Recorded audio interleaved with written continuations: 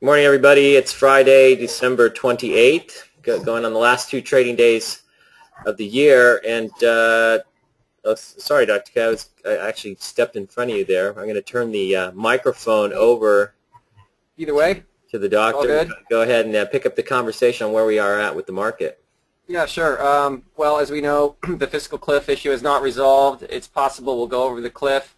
It's possible that the agreement will be made in January if we go over the cliff. As we've written, it's not the end of the world because there are things being put in place right now that will allow for an extension of the deadline.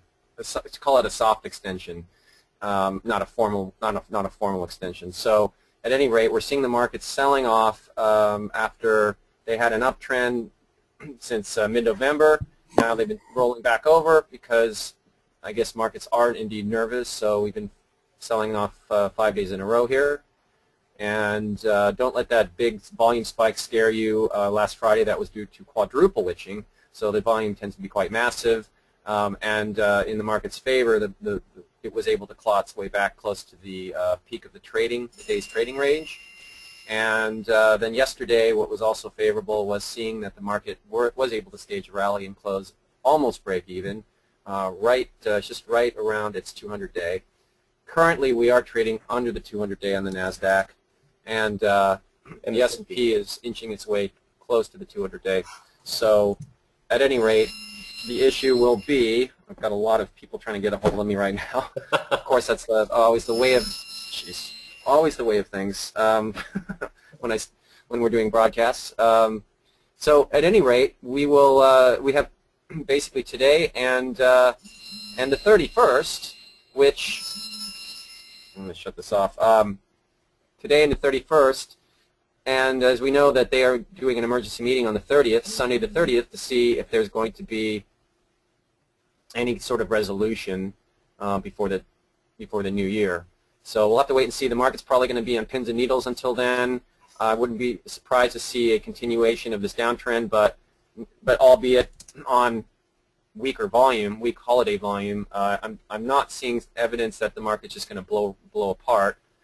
And so that's good. I think the market knows that if we go over the deadline, there are concessions in place that will allow the market to tread water for a little longer until a settlement is actually reached. We also know that the Democrats can just end up blaming the Republicans, so they can foot drag the situation out longer than expected. So we have to be on guard for that. We don't want to be situated in a market that just has this downtrend, call it a tiptoe downtrend, because if the market loses a fraction of a percent for a number of days, before you know it, the market's down 5 to 10%. And naturally, the market direction model is on guard for that. It hasn't hit its 1.5% failsafe yet. It got close a couple times, but it's right now, based on where the market's trading, it's has some more breathing room again.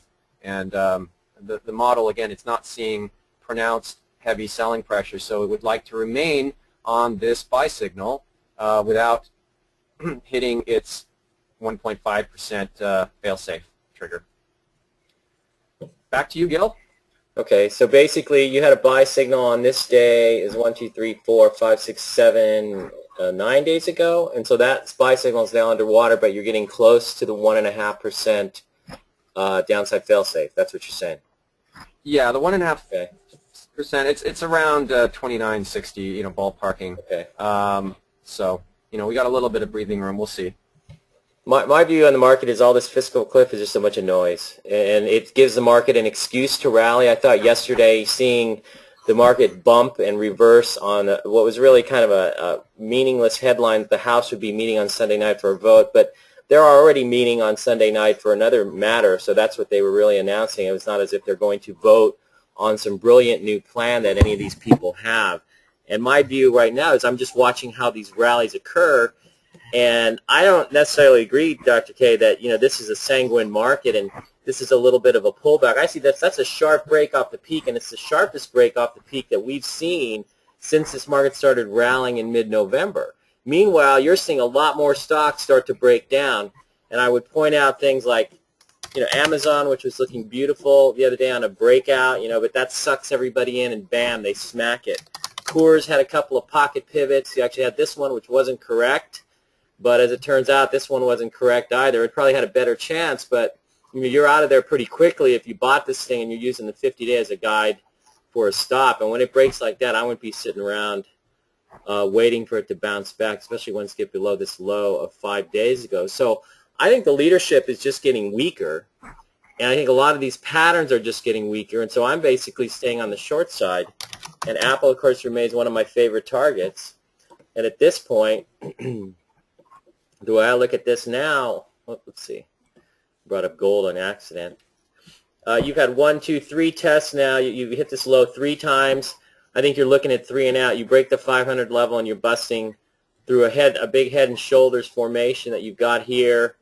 You can either look at it, here's your left shoulder, here's your big head, here's your right shoulder, or you can look at this as the left shoulder.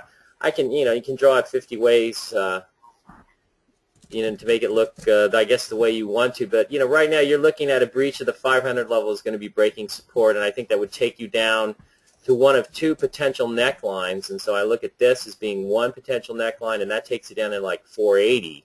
And then you could draw another potential neckline, which puts you right around, say, 490, somewhere in there on a pullback. So we'll see how this acts. You would think that Apple would form more right shoulders because of its status as a big stock. I remember Cisco back, actually, you know what, I'm going to get rid of all these lines because they just come back to haunt me later when my system locks up. But if you look at, say, let's go back and look at Cisco back in 2000, and this is a big beloved stock at the time. And in 2000, you had, let me just, whoops, grabbing the wrong things here. Let's get back there. Here we go. We're back on our time machine move to 2000. But Cisco, had several, here's your head and shoulders, and this is a weekly chart, so you have the left shoulder, the big head, and you had one break to the neckline, and then you had a long period of hanging out, and then it finally broke down later on in 2000. But it's surprising to me that Apple just remains as weak as it has. You basically see a stock that cannot really get above this declining tops trend line here, so I'm going to go back to drawing lines here. And so you can use that as a rough guide as a trailing stop. Now, if I'm running a very huge position, like you guys know I will, then I'm using something like this to keep me out of trouble. Like yesterday, using this chart, we had to blow out. I blew out of my very heavy Apple short yesterday. As soon as it started to do this, boom, that's it. I'm gone. And then this morning I can come back into it as it's floundering around here and up around resistance, which I look at as around 515, 514, somewhere in there, based on what it's been doing the last couple of days. So it's going to have to get above this declining tops trend line. You could use a 10-day, which is now at 518.99 as an upside guide for a quick stop if you're trying to work a position short here. I also think this Alexion, we talked about this morning, you're in this beautiful head and shoulders formation.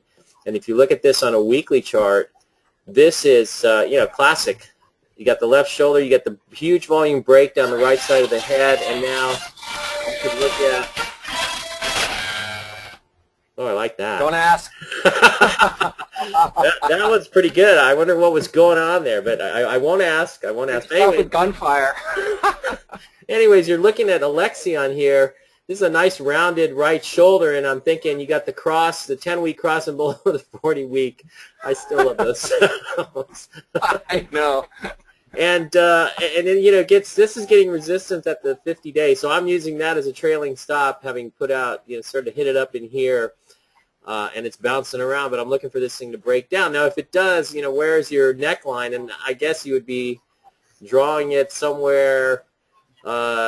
This is a tough one, here. So are you headed down for what, 80 something, down to the low 80s? It seems to be where it's headed if it breaks down. So that's what it would have to do actually, and then break out. And really keep in mind also that these short positions in, say, an Apple or Alexion, the patterns are right. So we'll come in and try and short the rallies.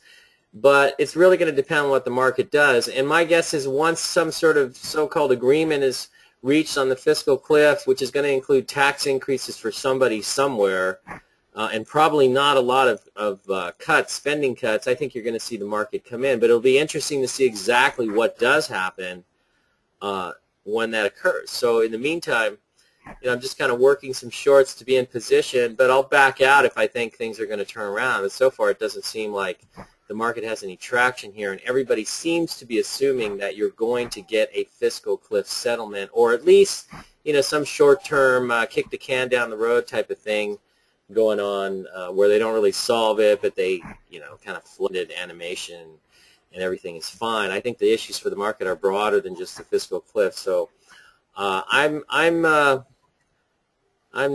so sanguine about this market. I think it's got some issues, and I'm willing to play it on the short side because I got to tell you, the long side is treacherous at best, and you have some stocks they hold in maybe, but they just become the next ones to blow over or blow to the downside. This one's hanging out and pulling back. Maybe now it's going to do an ascending base. So I like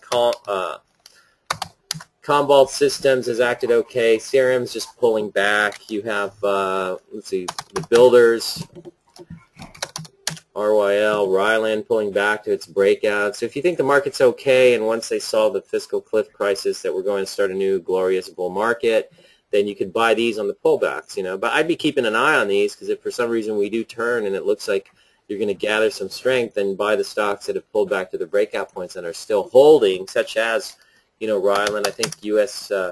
Gypsum is doing the same thing, and even this DDD. I got to tell you, Dr. K, you were talking about buying it right down here, and that was the right move on that. That's a little bit of a scary break, but it has drifted higher. This stock is funky, though. It's definitely a volatile thing to play with, and you definitely have on weakness. Yeah. So is SSYS. The whole, they've been squirrely, and that's what makes them so tough to hold. They have these wide bands, and the DDD though, that Bible gap up it had in February of this year, that was really that could have been your buy point. However, you would have been pushed out of it when it broke below the low of that gap up. Right. However, then it did have another buy point that would have been looks to me like on the 22nd. Although you could have said, well, it's a little extended above the 50 days, so another excuse not to buy it. In other words, it's been a really tricky stock to play. Then you did have a buy point on July 27th.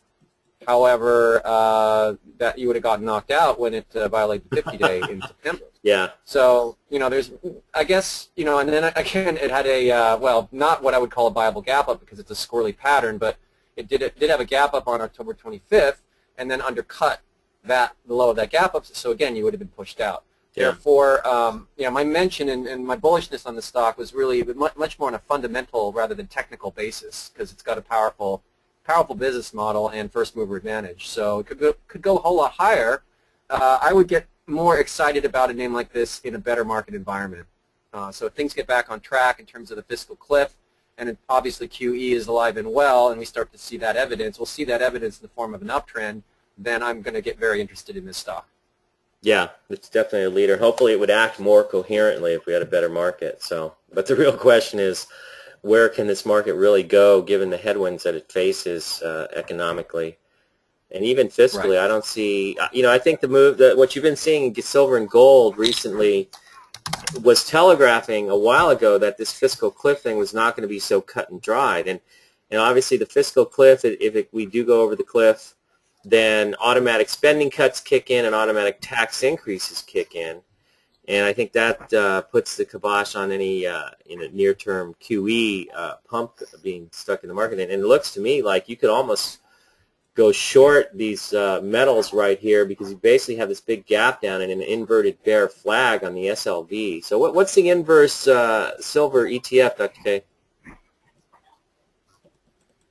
Let's see. Inverse. I know GL is gold.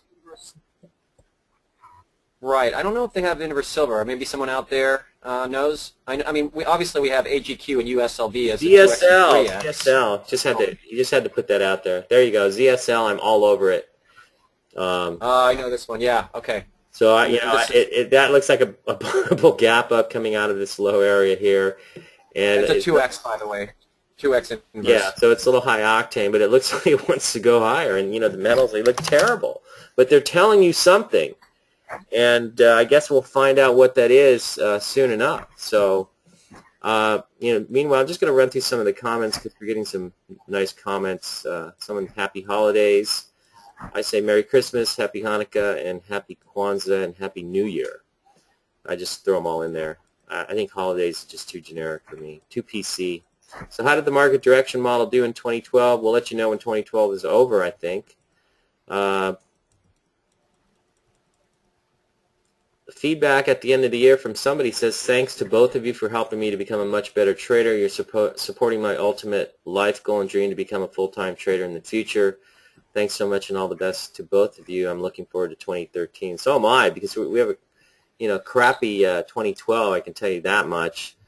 Kind of like the inverse of what we did last year. We were up 24% and down probably that and a little bit more so far this year. We'll see how we end up. But, being down 20%. It's been the toughest year in the history of the model. I mean, it's been the toughest year, 2012. 2011, we caught some good trends, and the market direction model did as well.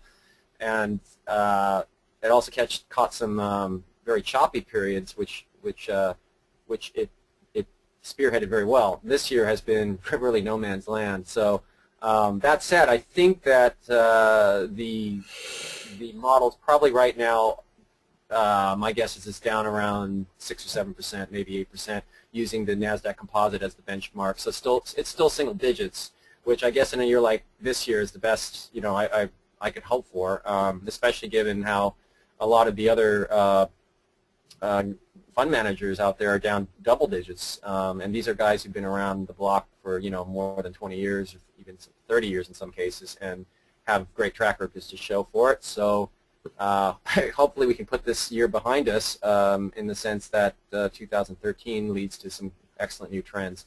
These periods always do come to an end, so I'll go with historical. I don't know. You say that these periods always do come to an end, but I would say that they always have come to an end. And I don't think you're ever going to end this period until somehow the whole QE cycle starts to get taken out of this market and all this sloshing money around, because I think that's what's really throwing it out. I was reading, I think it was IBD last night, that investor took out another 160 million out of mutual funds, I guess, and they've really just continued to come out of the stock market. And what has been supporting the rally has been QE. And so my guess is you're not going to see a so-called normal market, Dr. K, until you see this QE wrung out of the market. And how do they engineer a soft landing, and how do you get yourself out of all this QE? Right, and this whole QE mess there's going to be a big high price to pay for it. That said, I do believe that we will see some good trends sometime next year. This year was more or less almost devoid of proper trends, and the reason is because QE1 and QE2, it's been around 2009, 2010, 2011, and those were good years. I mean, I wouldn't say good years, but they were years where we were able to outperform the markets, which is well outperformed. For instance, 2011, we were up, the markets were down. 2012 has been the inverse. So QE is going to be on the table probably for the foreseeable intermediate to longer future. I mean, it could be around for 2, 3, 4 years, and therefore I don't think markets will turn to normalcy. Yeah, they won't be returning to normalcy until this period of history is behind us. But in the meantime, we can still watch and catch the few trends that do emerge. And I mean, I'm just glad to say, if the markets were horrible for 4 years running, then I don't know. I think everyone would be incredibly frustrated because it would be unprecedented. But it's really been, I'd say 2011 was a very tough year, but it still graced us with some excellent trends. 2012 has just been all around horrible for I think many people. And again, it's been a balancing act, a tipping point on many different levels that push and pull the markets into bullish and bearish phases. So it's almost as if the market doesn't really know which direction to take. And I would think that there would be certain tipping points next year that push the market one way or the other into more of a conceivable trend. Yeah. At least that's my hope, and we. Well, we there just have have been. to see. Here's a nice clean trend, and that's the breakdown in Apple, which has been a very nice clean trend to play. So there are ways to skin a cat. And someone points out here that as hard as it was to trade this year, the Qs were up 15% and SPY was up 12.3%. So it's hard to talk about market timing when, quote, investing, end quote, also known as buy, hold, and hope, actually worked. So yeah, that really is what happens. So you have to sit through. Right, the buy for once in well, for once in a long time, buy and holders are the ones that are doing really well in 2012. Right. So that's just been how it is. So somebody's asking about CBI, secular build out of natural gas infrastructure, industry rank number 14. It's this stock. CBI is coming up in a big cup, so it could almost be a big punch bowl of death. I don't know, but it hasn't really had. Hard to say. I mean, it's just a big cup now. You're building a handle, so you probably have to just watch it. Not anything I'm really interested in buying. Natural gas stocks to me are like oil stocks. They go nowhere ultimately. But I could be wrong. But I think if I owned it from lower, I just let it build a handle here. Another one was PWR. I guess another natural gas play. It's been trending higher, so it's just moving along, pulling back to the top of this base. So I don't really see anything here that gets me all that excited. Do you, Dr. K? What's earnings growth in the last quarter was 66%. That's not too bad. Next quarter, negative 11% growth expected. And this other one, CBI, Chicago Bridge and Iron. Pretty steady earner, actually, 14% growth. So these really don't have, I would say the other one does, the PWR, but the CBI doesn't really have the kind of earnings numbers I'd be looking for. So, and this the problem with PWR numbers and the industry group ranks 14th. It's doing a lot of things very well, but the pattern is just such a mess. I mean, you really got to be able to hold this thing down to the 200-day because it violates the 50-day routinely. And therefore, I really don't have much interest in this kind of pattern. Yeah, on a long-term basis, I'm just looking at this. It's trying to come up this big, ugly pattern. I remember this was a hot name at one time. So let's see. Go through some more questions here. I think everybody's going to be kind of quiet today. We've been hanging out all week wondering when we should have the webinar, and we were thinking the closer we can get to the fiscal cliff deadline, the better, probably. Someone's asking if Google and Amazon are shorts. Google, I would like to see it break down below the 50-day moving average. You saw the 50-day or the 10-week is well above the 200-day or the 40-week on the weekly charts. So it's been hanging in there, so I haven't really. There's some stalling here at the peak, so I'd kind of be watching this. It's possible it could be building, just a big ugly pod type formation, and it's going to fail. So I think Amazon, you could say, did, and the way I look at Amazon now is the bounce off the 50-day moving average here. This is normal, so I'd be looking for a move up in the 250. I think the lower part of this little handle here that it broke out of would become your resistance, possibly even the breakout point closer to 254 in the 10-day moving average. But I'm looking at this one as a short. It's on my short watch list on the basis of the stock failing on this sort of V-shape. It's a very V-shaped kind of pod-like pattern on the weekly chart, and so I'm very skeptical of this being something that's really going to come out of here and work. I think this thing's got trouble, so I'm looking at more as a short sale target, and I think you want to keep all your short sale targets on your list and on your screen watching them. I've got some of my favorites up here right now that I'm keeping an eye on, and Amazon is one of them right here. So I think it's looking like a short, more like a long. So BRX, we talked about SSYS, Valiant, you had the pocket pivot there. As far as I'm concerned, that was the only place to buy it, and if you did, you're up on the stock. So it's all it's doing. Let's see, it's forming a kind of a double bottom. It's still kind of a wide and loose range. It acts well, so maybe you'd look for a handle here after it's forming a cup or this big double bottom type thing. But still not really making a lot of progress, but one of the few stocks that has acted okay, so I guess you'd watch and see how its base builds out. Dr. K, you have any comments on that? Yeah, I'm just essentially pulling up the chart here on my own thing. You know, again, I don't like this technical pattern because it just tends to violate the 50-day with ease. So I'm less interested. What I do like about the viable gap up is that sometimes that can be so powerful it resets the pattern. So it doesn't.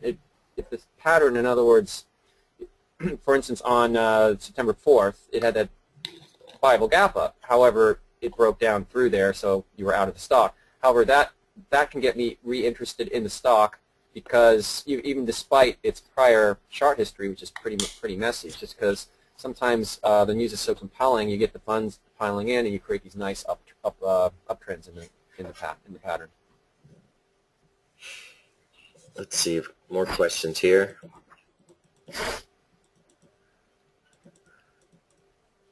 Some sectors have home builders, biotechs, financials, media. A lot of these were buying, we're actually, a lot of these groups were junk off the bottom. I look at the housing sector as being junk off the bottom. But yeah, it was up. Somebody's asking about Fossil, which looks like Herbalife. And of course, we saw finally Herbalife. Will Ackerman was out there hammering the stock, and Herbalife, here's a weekly chart here. Herbalife is blown apart, and so you also saw Nu Skin in almost the same exact type of position blow apart. And now you have Fossil. I mean, it's in a position where it could be shorted using maybe the highs here as your stop. But this is a pretty ugly pattern, and my guess is it would start to break down at some point. It's just that sometimes these can take a long time, and you can even see on HLF that it could wear you out. But finally, it breaks out to the downside, and you had enough time to come after it, and breaks through the neckline. So you can draw a line along the lows here, and your neckline is just under 40. And so maybe Fossil is a similar situation, and that might be true. Some of these patterns I'm looking at right now that are head and shoulders patterns, and even works for Apple, is that you might not see a breakdown unless you see a breakdown sooner than later. You might not see a breakdown until earnings are announced. I believe Apple does announce earnings in January in the first couple of weeks, second week I believe. And so that might be the point where it really breaks down, and so you might get a gap down opening or something that you can hit. So we'll just see how that pans out. But you see that in a number of them, just like the Alexion, the same thing. They're announcing earnings, I believe, in February. So it may not be until you get to earnings that any of these break down. But in any case, you definitely want to be working on, I think, because you never know when you're going to catch an HLF and get a nice break like that. So I would stick with the classic patterns. I'm also looking at Priceline. Is this kind of big, ugly pattern. It reminds me a bit of Intuitive Surgical, was trying to come out of this, I don't know what you call this, and it's broken down, and now this is looking like a short, but I think it's extended to the downside. So now I'm working on Priceline, and any rallies up, in towards the 620 level, or the 50-day, which right now is 526, I believe, on the 10-week, and 626 on the 10-week line here, and then on the daily chart, which I'm tracking, would be right here at 620.88. But notice how you almost have this little head and shoulders type formation, a little neckline here, an undercut, so you're getting a little bit of an undercut and rally. That looks normal. So I'm using this rally today to put a little bit out. But I think the pattern's looking pretty weak, so I think that's kind of a short. Consolidated, well, it used to be Consolidated Fertilizer, CF Industries, in a breakdown formation, and it rallies up. I think we talked about this last week, breaking down. Looks to me like it's headed for the 200-day moving average. It's a little bit erratic, but that's another one I've been working on. Baidu, this one comes right into the 50-day moving average after this breakout to the downside, and I think this could be a shortable spot. I'm just watching how this handles itself. You could get another rally up to this peak, and maybe that's where you would be shorting it. But I suppose you could test a short position, and I am actually today on the bump up to the 50-day, but we'll see what happens. So I'm just running, I'd say I'm mostly heavy short Apple. The other ones are smaller test positions, and I'll blow out of them really quickly if I don't see them really going anywhere. But, I think Alexion looks pretty weak here, and I think Priceline on this rally definitely is something you have to be looking at. and Baidu here at the 50-day. So far, getting a few cents out of it, and I think Apple's toast. In my view, Apple's going into the 400s one way or another. I don't know if it rallies up to the 50-day at 563 first or the 200-day. I don't know.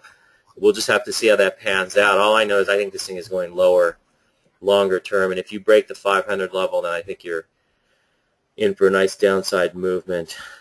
Any thoughts? Someone's saying here, what is this question? CHXF Wisdom Tree ETF is interesting, better than FXI, has no financials and more diversified, making nice move. Any thoughts? Perhaps a way to play China revival. Dr. K, you want to talk about this since you're the index king?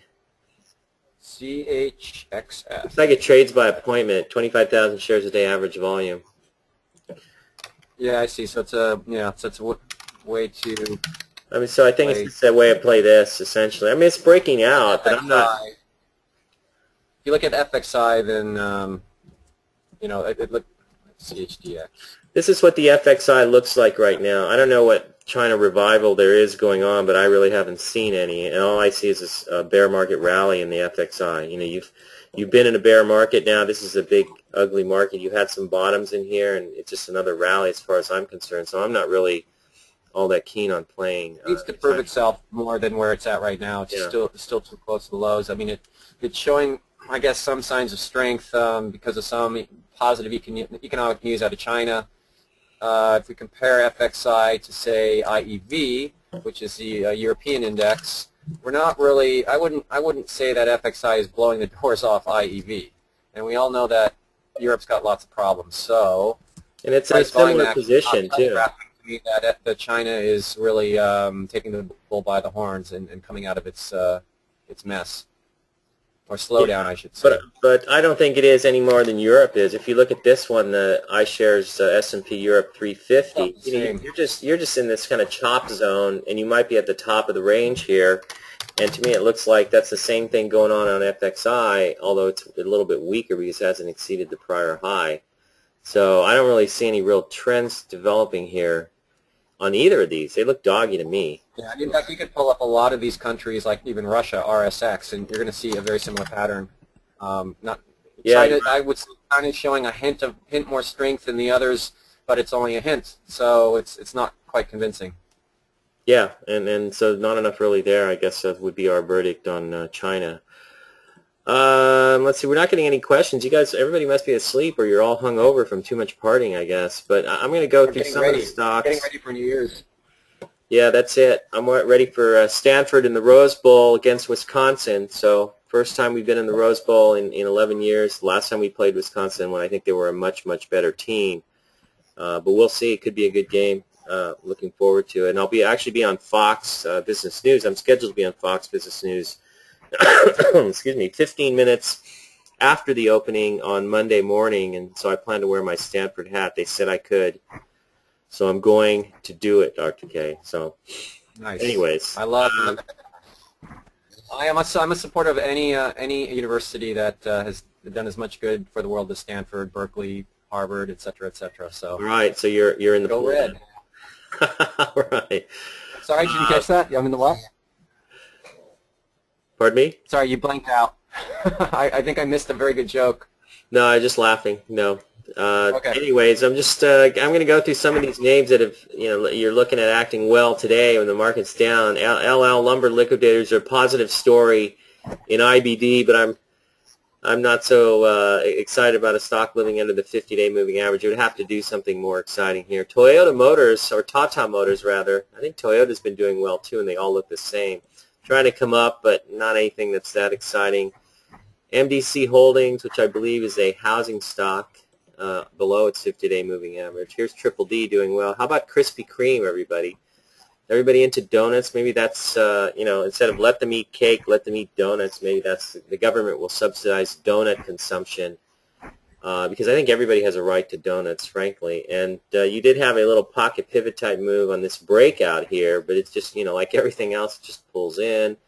But it's hanging out, after this big gap up, and they've got some decent numbers. So, maybe donuts will be our salvation. Remember a few weeks ago we were talking about Nam Tire. We had some questions on Nam Tire on this breakout.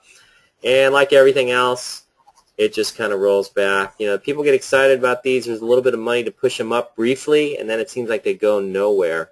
I think one of the best acting stocks in this market has been RAX, and as long as it holds a 70 level, maybe even viable on those pullbacks, there's some talk of Cisco buying them out. Maybe in this market, that's your best bet. Buy a rumor. Buy buyout rumors. Eagle Materials has continued to act well and just treks higher in a nice, pretty coherent upside trend that holds the 10-week line very nicely. So you can see yesterday it pulled back right into that top of that little cup breakout there, and it's hanging in there okay. So Banco Santander, this is a Mexican version of Banco Santander, and this one actually has acted all right. We talked about this, I think, down here a few weeks ago, and it's kind of a small stock, but it's actually acted pretty well, even though it's pretty darn volatile. But some examples of some things that have been trying to go higher. This Internexion Holdings is another one that's tried to go higher, but kind of a V-shaped cup, would need to build a handle. Kind of a thin trader too. Dillard's, don't like this one anymore. It was acting well, but look at the gap down. You know, but it's kind of typical. You get a stock acting well and then slam. You wake up one day. Here's another one, Kihu, 360, breaks out, gets slammed, turns around and heading higher. Do you want to buy it? I don't know. Dr. K, do you like this Kihu 360? Those Chinese stocks have been pretty squirrely for the last few years. And, I mean, at least this one's a $3 billion market cap, so that makes it a little more substantial. But I'd still be weary of any stock that is Chinese-based.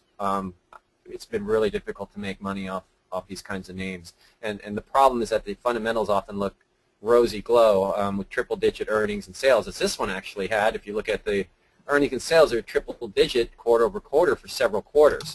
So 2 quarters ago, when the last earnings was up 250% and last sales was up 202%, it could have been very tempting to want to buy into this on the fundamental basis. But again, it really hasn't. These things tend not to trend for any prolonged period. Yeah, and you've seen earnings growth. In 2009, when there were trends, still was tough to play these types of names. Yeah, earnings growth has decelerated too, and up 25% the most recent quarter. Next quarter they're looking for a negative 14%. So it doesn't have positive estimates, and you know that one of O'Neill's criterion is to have you want to see positive estimates. So it does, doesn't. And this stock has never doubled either. So generally you want to see a stock having done something appropriate before you go buy it. Right.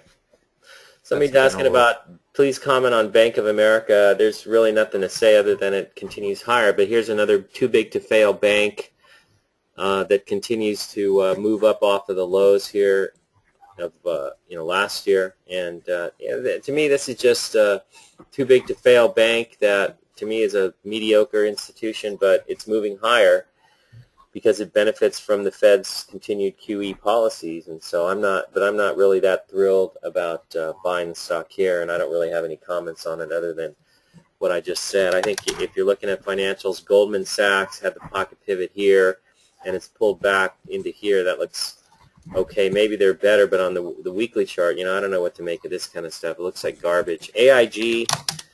Somebody says it's on the list of big position ads for large mutual funds. The one thing you have to remember about AIG is that most mutual funds are indexers, and so you'll see AIG is a big index stock, and you'll see a lot of mutual funds buying it or adding to it. When it's an old stock like that, I'm really not interested in that. I think that figures more in terms of a newer name when you're seeing institutions start to move into it. Initially, AIG is a stock that you might see institutions move into on a defensive basis or just for indexing purposes, and so I don't really see that as significant on that when you're looking at if you think you see institutions moving into a stock like AIG. I don't think that's telling you a lot any more than if you saw institutions moving into a stock like Procter and Gamble.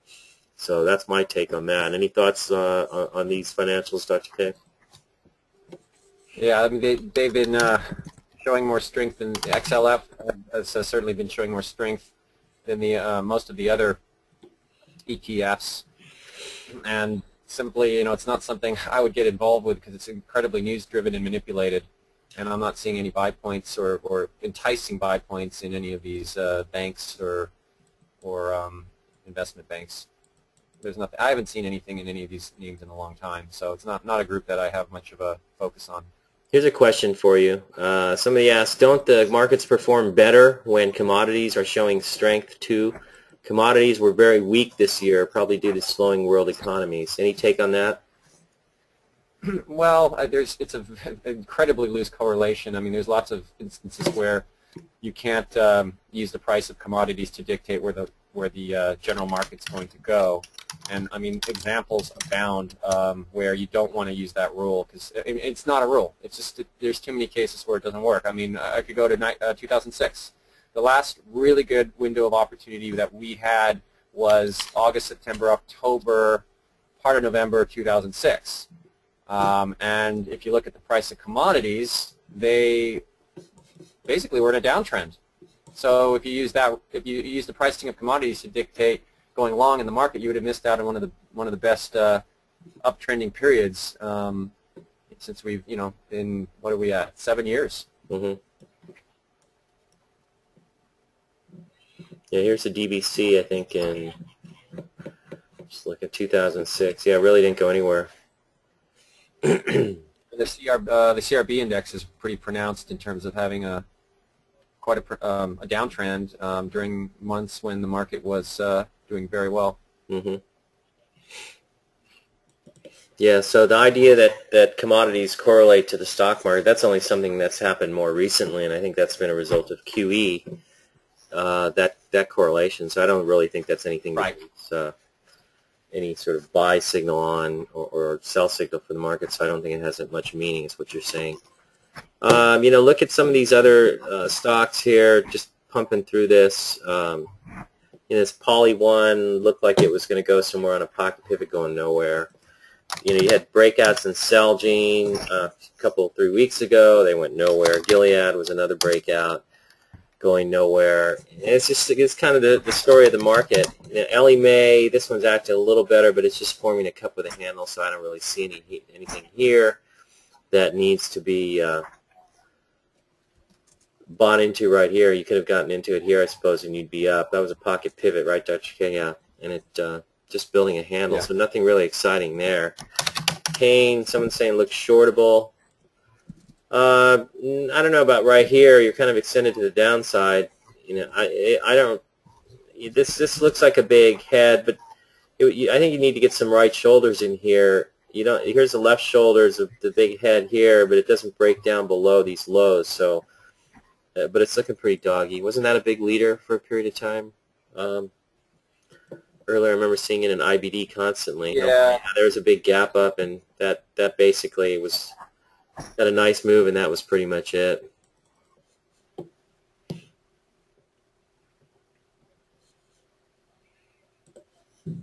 Visa still acts okay, hanging in there. Notice even Expedia is trying to hang in there, going sideways. But there's really nothing going on. So in my view, you could either try and test the short side and see if you make any progress on some of these stocks when they rally on the basis of some news coming out about the fiscal cliff. My strategy right now is to kind of hang loose and test short positions when they work, and I've got some out right now. We'll see how that goes. And look to use rallies on any silly fiscal cliff headline as an opportunity to put some stock out on the short side. This morning you saw the market start to rally back on what I would call a hearsay headline. Bloomberg said something about Obama said to offer scaled back blah blah blah plan to Republicans, and of course I think that's an amazing headline when you see stuff like that, because Obama said to. So I wonder who was the person or entity that said that this is what Obama's doing, and why would they know in the first place? So, you see the market react, but notice how you're seeing those headlines, and yesterday's reaction has not panned out into further rally today. And today you had some news, in terms of Bloomberg's headline, which I think is kind of silly, but it had an impact on the market only temporarily. So it'll be very interesting to see what happens once this market sees a fiscal cliff solution. And I think you're basically hanging out and being ready to move once the market's true trend reveals itself. But, as I'm looking at it right now, I think I'll let Dr. K have the last word on this. I think what you're seeing here is the sharpest break off the peak since you had the rally off the lows. You've actually moved below these lows, so obviously that sets up a logical undercut and bounce type move that you saw yesterday, but it doesn't get past the 200-day moving average. Today, you've gapped or moved a little bit lower below the 50-day. We'll see how it pans out. You're not really getting any volume here. Volume is declining today, or it's lower today. So the market's still kind of in the woods here, and we'll just see what happens. But I'm looking at this action here. It doesn't look constructive to me, and it brings me more on the short side, testing the short side, looking for a potential rally failure. But again, that's not all cut and dried, and it isn't confirmed yet. But I think you're looking a bit on the weak side here. Dr. K, you want to finish up? Sure. Yeah. I mean, the model's closer to going to cash. It's just because we're not seeing positive action in the market averages. It's just plain and simple. But that said, it's also very possible that the markets are just going to not establish any direction until there is some sort of resolution, and it's going to be news-driven in terms of what we saw earlier today with that Bloomberg headline. And we're going to see the markets getting tossed and turned as the Democrats and Republicans bat this issue backwards and forwards and back and forth.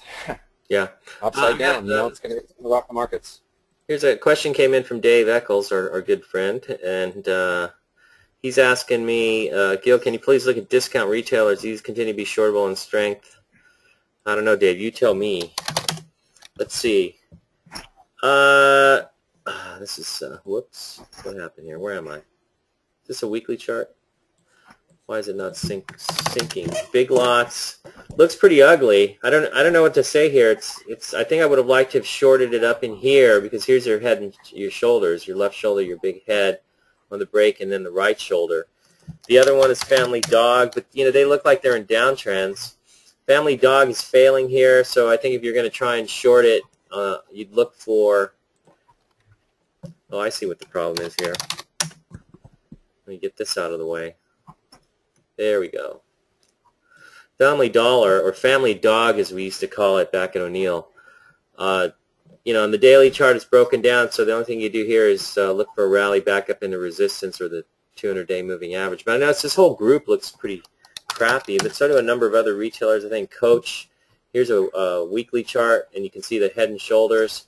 And I think this is shortable. If you see it rally up into the 50-day, it could even be shortable here using the 50-day at 56.75, which is not that far away as your upside stop. So, some of these, I think, in the retailing area, even the discount retailers, look at Dollar Tree.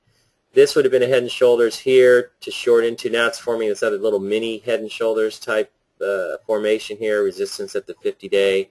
Possible it could be shorted. Let's see, what else? And ROST, Ross Stores. Big, look at that. That's a big kind of rolling head and shoulders formation. And so now what you're looking at here is a rally up into the 50-day would be shortable here. If you're already short them, Dave, then I guess hopefully you're short them from a lot higher. And I think they look, they look ugly. And again, stocks that at one time were looking better earlier in the year, looking terrible, but just more junk in this market that doesn't look good. And I see much more of that than I do stocks that I really want to play on the long side. I'm just looking, say, at even Lulu was trying to break out. It's looking to me like it's trying to form a cup with handle. See how that pans out. It's been one of the better ones. Let's see. Monster is one I've been tracking too, because you're seeing it come up in here and it runs into resistance here. So I'd be watching this one. Not sure exactly where I'd be shorting it. I have to see whether it rallies up to the 200-day or up to this peak in here if we break the 50-day again. But it has come down a long way, so I think there are better targets to go after on the short side. But you just notice a lot of these former leaders broken down. You're seeing a lot of these patterns set up. You're seeing a lot of head and shoulders formations in a lot of these stocks. I just see more of those than constructive patterns. So workaday, I don't know why people like this one, but I don't know.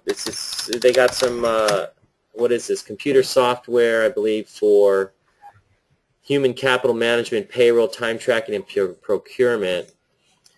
It's kind of a small stock, negative earnings growth, expected to lose $1.19 in 2013, expected to lose 86 cents in 2014. So it's just one of these things that isn't making money, so I don't really pay any attention to it, A lot of these big leading stocks, the Googles, the Apples, they all had big moves when they had great earnings growth, and that's why I'm also skeptical of Facebook.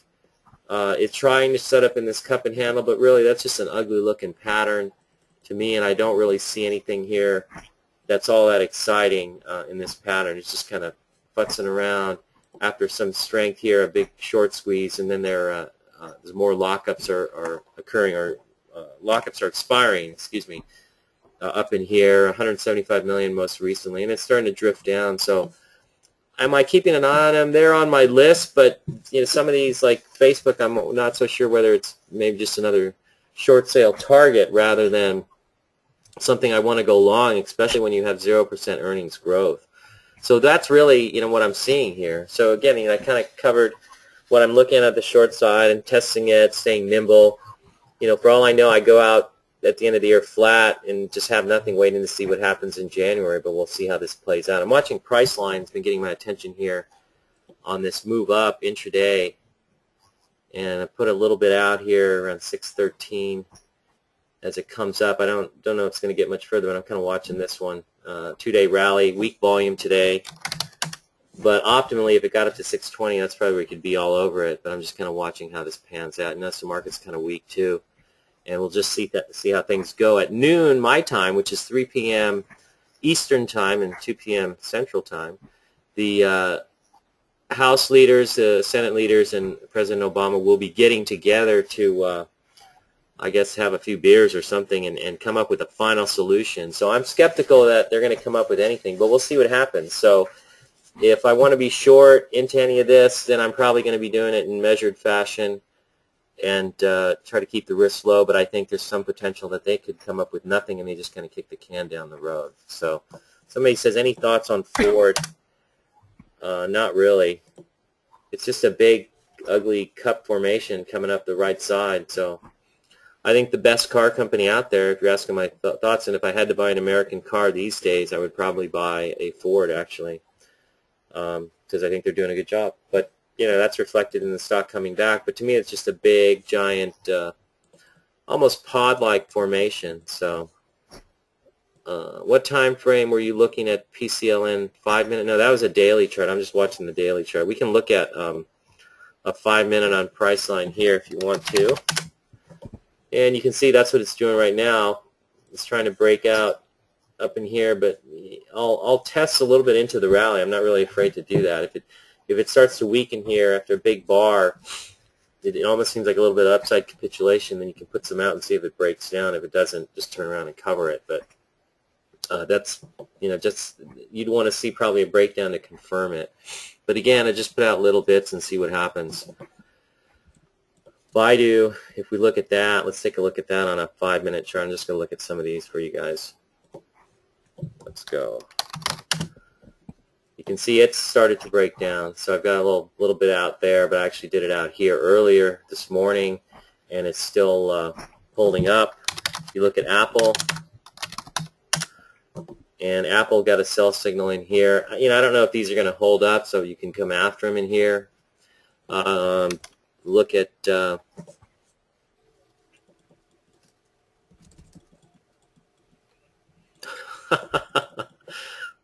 I like this question. I'm going to run this at you, Dr. K, real quick. Is Eckhart Tolle the best spiritual guru dude for traders to listen to or read about?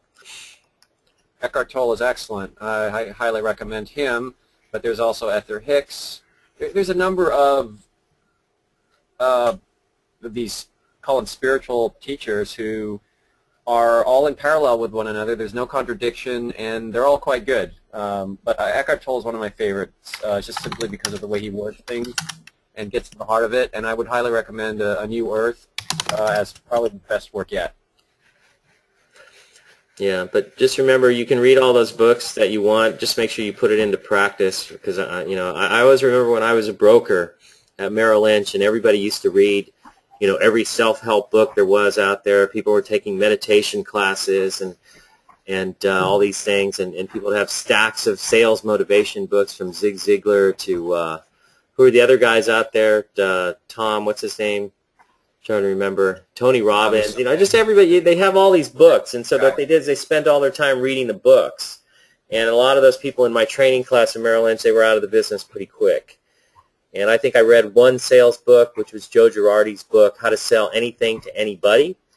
And that was pretty much it. And then you just get your butt on the phone and open some accounts. So, I think all those great books are great. I love Eckhart Tolle. I think he's great too. And I think in terms of the whole concept of staying in the moment, staying in the present as a trader, and not letting your emotions get the best of you, and not really reacting in that way, and just staying fully in the present, I think that what Eckhart Tolle teaches is very applicable to traders in that regard. So, but I would say, read a couple of his books, and then set them aside and put it into practice.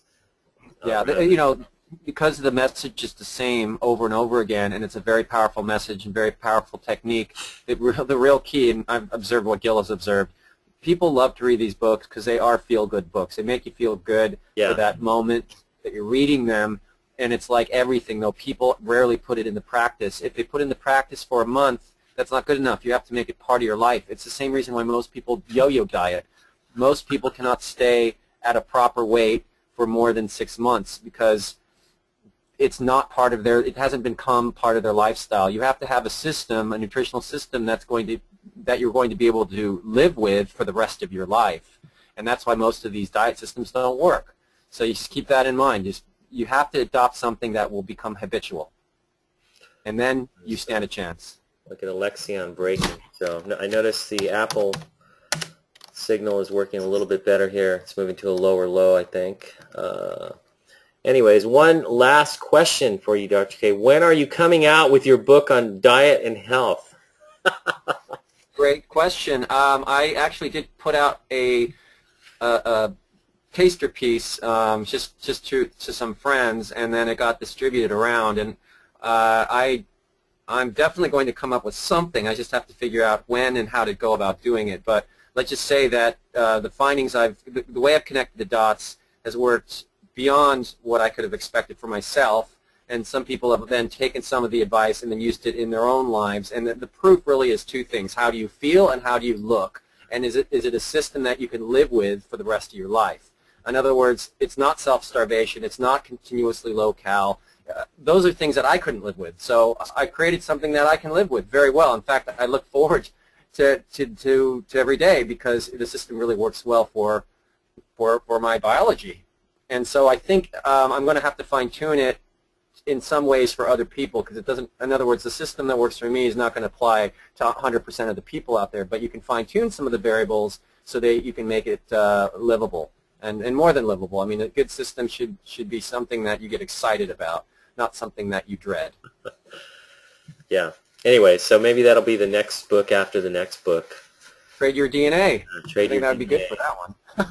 So we're gonna have to outline that one though. So we can definitely go off on a lot of irrelevant and spacey tangents. So, anyways, that's all I've got. We're just hanging out. Pardon me, Dr. K. What was that? No, I was just saying that that's going to be potentially the way the first book was, and it's in 5 languages, which was completely unexpected for a book of its type. Right. And that last chapter was something that continues to come back to where people said they just love the last chapter. And these are people often who don't care about the markets. They just are more focused on, more holistic approach. And I'd love to flesh that last chapter out with you because I think we're on this, we've done a lot of the study and application, not just on the markets, but on a spiritual level. And I think we could really be, the book could be a very useful guide or pamphlet to people that are in the market, but also people that are outside the market. Right. But first we're going to have to do the short selling book, which I think is next. So last question. That'll be fun. Is the model close to shifting to cash right now? Yeah, I was saying earlier that it's closer now to shifting to cash simply because the price volume action has not been very healthy for the markets, but at the same time it's not seeing a lot of selling pressure. So what I would like to see is that it avoids getting that it avoids triggering its 1.5% fail-safe. I'd like to see that, and ultimately, fiscal cliff resolution should come, but it could be longer than we expect, and meanwhile the market could get dragged down further. So anyway, the 1.5% fail-safe is alive and well. Hopefully we won't hit it. All right, very good. Thanks everyone for joining us today, and we'll catch you guys next week. You might email us on what day you think would be the best for us to conduct an intraday webinar. We're trying to hold out this week to see what sort of resolution or non-resolution would occur, but nothing has happened with the fiscal cliff, and we tend to think that the proof in the pudding for this market will occur once you see some sort of announcement, and then the true trend of the market comes out. My guess is, or my estimation is, that the fiscal cliff news has only been an alibi for a rally, and once it's out, the market's going to do what I see it wanting to do underneath the hood, which is probably roll over. But we'll see when it happens. So, but I'm going to say I'm 55% bearish and 45% confused, and that's pretty much it. That's a good way to put it. All right, we'll catch you guys later. Take care and have a great New Year's. Go Stanford. Take care. Go Berkeley. Take care. So long. That was awesome. Cool.